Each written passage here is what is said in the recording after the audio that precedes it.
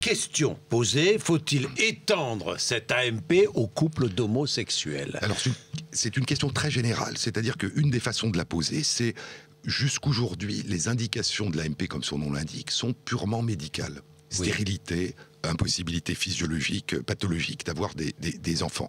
Et donc la question c'est, est-ce que cette assistance médicale à la procréation doit être étendue à des questions de société, que ça soit des couples de femmes, que ça soit des femmes seules, ou que ça soit par exemple ce qui est actuellement discuté. Vous savez qu'il y a eu une avancée technique qui a été autorisée par la loi de 2011 relative à la bioéthique en France, qu'on appelle la vitrification des ovocytes, c'est-à-dire une méthode de conservation qui consiste à congeler très vite, à très basse température, ce qui maintient les ovocytes dans un état quasiment équivalent à ce qu'ils sont lorsqu'on les prélève. Et donc un certain nombre de femmes demandent maintenant, lorsqu'elles ont par exemple 30 ans, et qu'elles envisagent d'avoir un enfant vers la quarantaine, au moment où il y a vraiment un problème de fertilité, de dire, est-ce qu'on pourrait me prélever les ovocytes aujourd'hui, les garder, et je pourrais éventuellement demander une AMP dans 10 ans, quand je n'arriverai pas, ou j'aurai des difficultés à avoir un enfant. C'est aussi une indication sociétale, c'est-à-dire ça n'est pas le traitement, ça n'est pas un geste médical pour une stérilité aujourd'hui.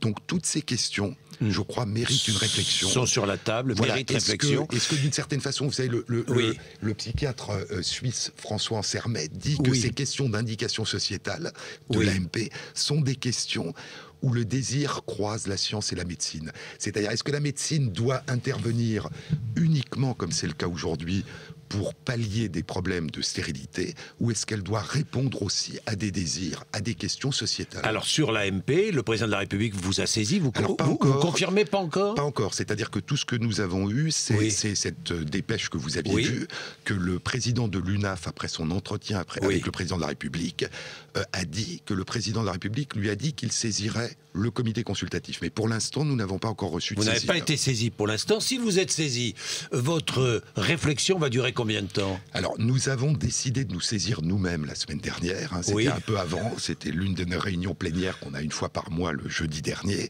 en disant que, parce qu'on était en train de réfléchir à certains aspects, la conservation des ovocytes en particulier, que peut-être ça méritait une réflexion globale et non pas cas par cas. Et donc on a décidé de se saisir sur cette réflexion globale.